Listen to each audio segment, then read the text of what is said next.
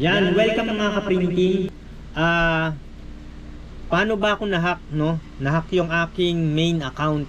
Yan, bali nawalan ako ng access, pero na-restore ko naman siya. So ganito yung nangyari. Bali kasi meron akong natanggap na promotional deal. Bali nag-success naman.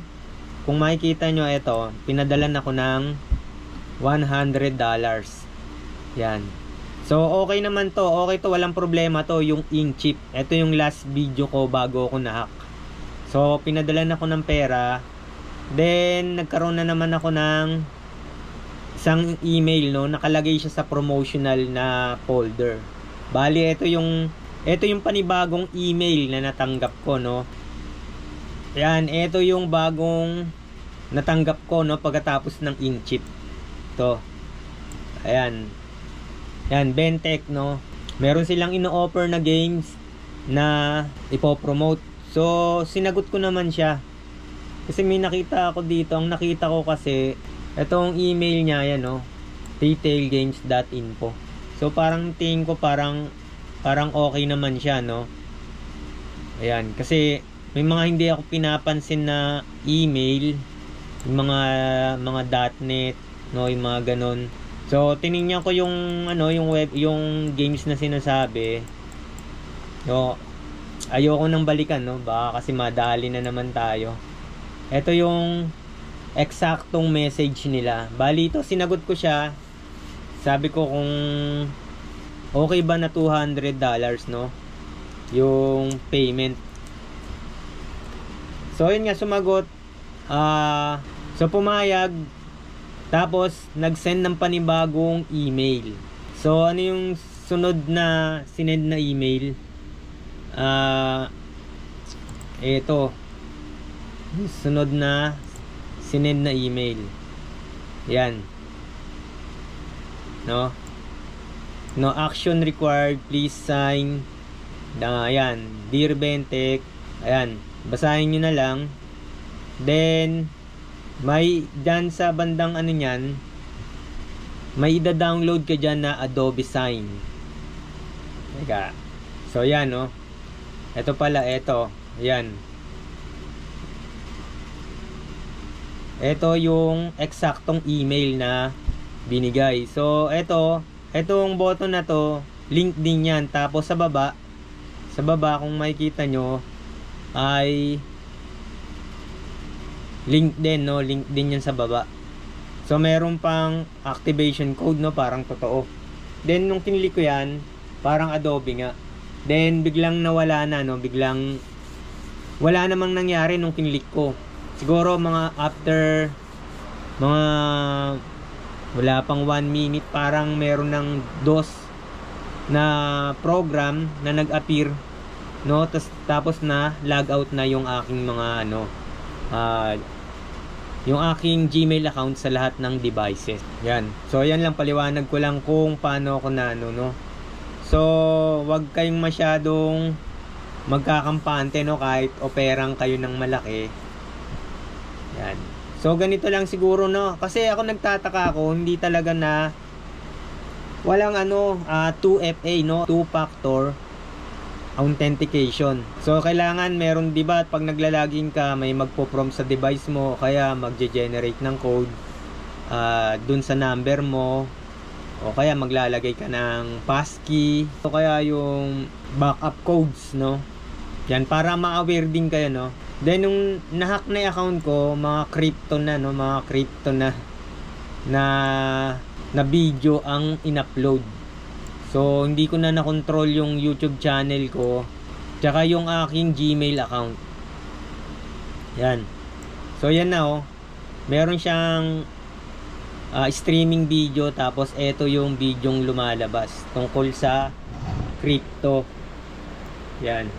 So siguro ganito yung explanation, kaya walang 2FA o two-factor authentication. So ito, ni-research ko lang, lang to, basic, no, na-hijack yung na-install ko yung software, malamang na-hijack yung browser ko. Then may nakuha siyang cookie session ng aking Gmail, no? Kaya siya nakapag-login. Ito, simpleng explanation paano na-login yung aking account ng walang password at walang 2FA. So ito halimbawa, ay gumawa ako ng dummy account sa Pexel, no? Sa Pexel. May account ako dito pero dummy account na lang yung gagamitin ko. Yan, disclaimer, no? Criminal activity ang pag-hack ng hindi mo account. Ito ay for educational purpose lang. So, logout ko muna itong ginawa kong dummy account, no? So, halimbawa, ito ay isang email, no? Pwedeng yung mga social media ninyo o iba pang mga account online, no? Meron niyang tinatawag na cookie session ID, no? So, bali pag nag-login ka sa isang website o yung mga social media account ninyo, meron niyang tinatawag na cookie session ID. So, yung session ID, store in a cookie, ito yan, no, i-google na lang natin, act as unique identifier. Kumbaga parang susi siya, no? Kaya hindi na siya maghahanap ng login details. Yan. Act as unique identifier that allows a website to recognize user and maintain their session as they navigate the site, no? Hindi na siya hanap uli ng login details tulad ng username, password at 2FA. So ganito siya nangyayari, no? So ito ay simpleng demonstration lang. So halimbawa i-login ko yung ginawa kong dummy account. Yan. Login. Then maglalagay ako dito ng dummy account, no? Dummy account lang to for purpose of education. Yahoo.com. Then yung password,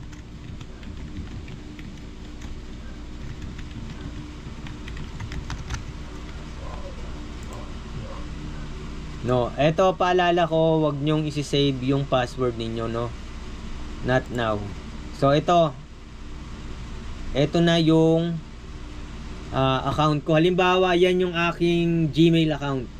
So kung yung napindot kong script, no, yung kontrata kuno, no, na hindi naman talaga na-install sa PC ko, sa computer, maaaring spyware, no?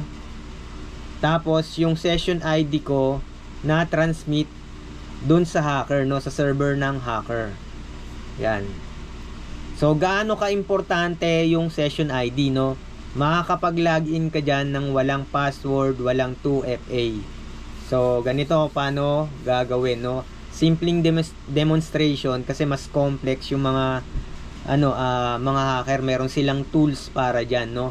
Lahat automated. Diyan. So hindi tayo ganun kagaling, no? Ito ay para magkaroon lang kayo ng idea.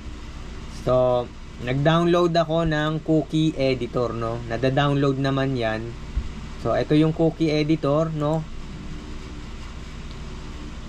Ito yung session ID ng Pexel, no? Session details, no? Yan. Parang susi yan. So ang gagawin dyan, no, pag nakuha yung details, yan, napaka-importante niyan, no? Pag yan nakuha ng hackers, yari ka na, finish na yung social media account. So eto, demonstration lang. Export natin, no? Export. Tapos JSON. Click lang natin yan, makakopy yan sa clipboard. Then nasa Firefox tayo. So halimbawa ibang computer, so gamit tayo ng ibang browser, no? Gamit tayo ng Microsoft Edge. Yan, Microsoft Edge. Yan, so gamit tayo ng Microsoft Edge. Click natin yung Microsoft Edge. Tapos punta tayo dun sa Pexel, no? Pexel. Yan. Try natin i-login, no? Yan, bentek@yahoo.com. So, hula-hulaan ko lang yung password. So, ayan, invalid email or password. Di ka makalagin. No, i-refresh natin yan, no? Baka sabihin nyo, ano eh. Yan, hindi makalagin. Nandito tayo sa Microsoft Edge.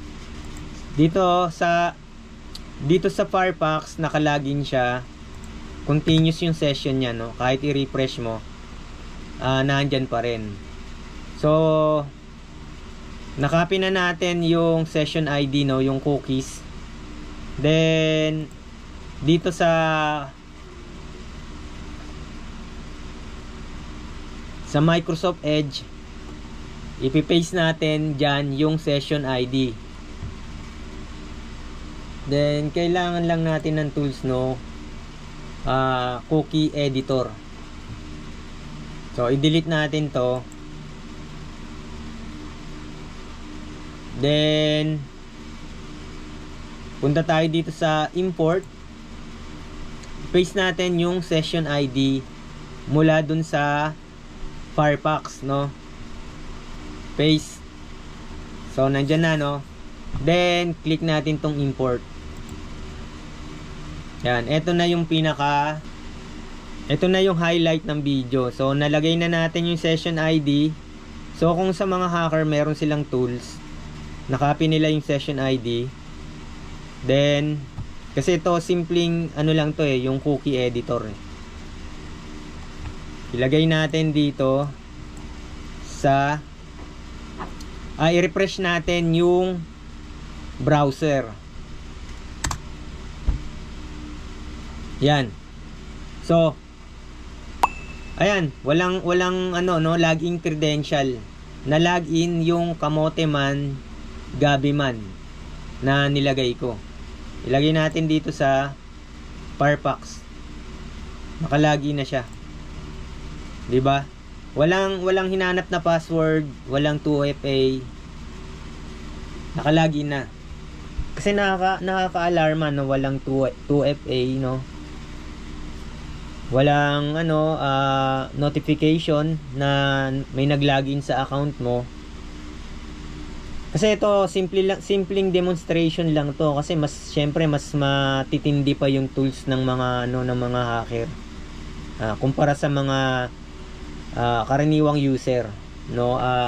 Computer tech lang ako, kaya hindi ako masyadong maalam sa iba pang mga programming, no.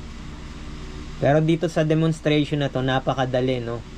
Nakuha lang yung session ID, hindi naghanap ng login credential, presto na login yung account, no. Yan. So, ang kailangan lang diyan, no, mga mga ka-printing, no, mga subscriber natin. Wag kayong magse-save ng password sa browser, tapos i-monitor nyo yung activity. Kaya lang mabilis din kasi ang ang hacker eh, kasi automated yan. Once na nakapag-login na yan, ang bilis niyan magpalit ng password. Tsaka ng mga recovery number, email, no. Mawawalan ka talaga ng access. So sa YouTube, ako nawalan na ako ng pag-asa no. Pero nabigyan tayo ng idea ni SciTV Print and Cut, no. So ito lang yung ginawa ko noon. Hindi ko masyadong step by step, kasi masyado nangahaba yung ating video. Pero kung susundin nyo lang yung sasabihin ng YouTube team, siguradong mare-restore nyo yung inyong mga YouTube channel at Gmail, no. Kahit walang recovery option, no, kahit walang number, walang recovery email, o yung tinatawag na 2FA. So ito lang, no. Mag-message lang kayo dito sa Team YouTube. Then sa mga detalye, pwede nyong i-message ako or i-message nyo si SciTV Print and Cut para mag-guiding kayo. Yan. Siguradong maano kayo nyo, magpapanig kayo nyan dito kasi mga 1 o 2 araw din mawawala sa kamay ninyo, no, yung full access ng inyong mga Google account. So yan lang po mga mga subscriber.